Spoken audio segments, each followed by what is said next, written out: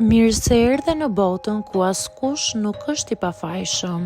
Sekrete shqiptare, vendi ku rrëfimet më të thella, më të ndaluara dhe më të pathëna të shqiptarëve marrin zë. Na bëni subscribe për histori të ndryshme.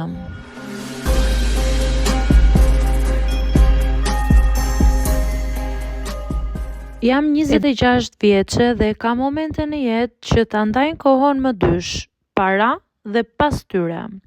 Për mua një prej këtyre momenteve ishte një mbrëmje e zakonshme në një hotel ku mendoja se po shkoja thjesht për të bërë punën time. Kisha filluar prej pak javësh këtë lloj pune në periferi të qytetit. Nuk ishte asgjë e palishme apo e dyshimt. Shërbime mirëmbajtje, ndihmë për klientët që kërkonin privatësi, punë që shumë njerëz i bëjnë pa u vënë re. Kisha nevojë për para dhe mund të bëja çdo gjë. Atë mbrëmje më dhan një detyrë të thjeshtë, të shkoja në një dhomë për një shërbim të porositur paraprakisht. Gjithçka ishte në rregull me dokumenta. Numri i dhomës 214. Kur dola nga ashensori pata një ndjesi të çuditshme. Nuk e di pse. Ndoshta ishte lodhja, ndoshta ankthi i zakonshëm që më shoqëronte gjithmonë.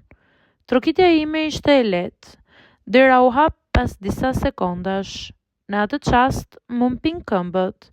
Para meje qëndronte babai im. Nuk foli menjëherë as unë. U pam për disa sekonda që mu duken si minuta të tëra. Fytyra e tij u zbe. Syt u mbushën me një përzierje habie dhe frike. E imja ndoshta tregonte të njëjtën gjë. Çfarë bën ti këtu? Më tha më në fund. Nuk dija çfarë të përgjigjesha. Nuk ishte pyetje, ishte një përpjekje dëshpëruar për ta bërë situatën të mos ekzistonte. U ktheva instinktivisht nga korridori sikur të doja të ikja, por diçka më mbajti aty. Ndoshta nevoja për të kuptuar. Ai më shpjegoi shpejt e shpejt me fjalë të çrregullta se kishte ardhur në hotel për arsye personale, për t'u larguar nga shtëpia për një natë dhe për të menduar. Nuk hyri në detaje, as unë nuk i kërkova detaje. Ishte i qartë se edhe unë mbante një sekret që unë nuk doja ta hapja më tej. Ndjeva diçka që nuk e kisha ndjer kurrë më parë. Zhgënjim të thellë, jo si fëmijë, por si e rritur. Jo për atë që po bënte babai, por për faktin që po e shija si njëri me dobësi dhe jo si figurën e fortë që kisha pasur gjithmonë në mendje. U largova pa e kryer shërbimin. I thash menaxherit se kishte një keqkuptim. Nuk bëra zhurmë, nuk tregova askujt, por brenda meje diçka ishte qarë. Ditët që pasuan ishin shumë të vështira.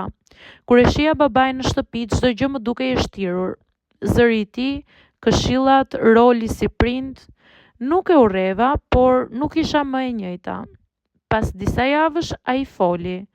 Jo plotësisht, jo për gjithçka, por mjaftueshëm për të më thënë se kishte bërë zgjedhje të gabuara, ishte i humbur dhe se i vinte turp që unë isha bërë pjesë e asaj nate pa dashje.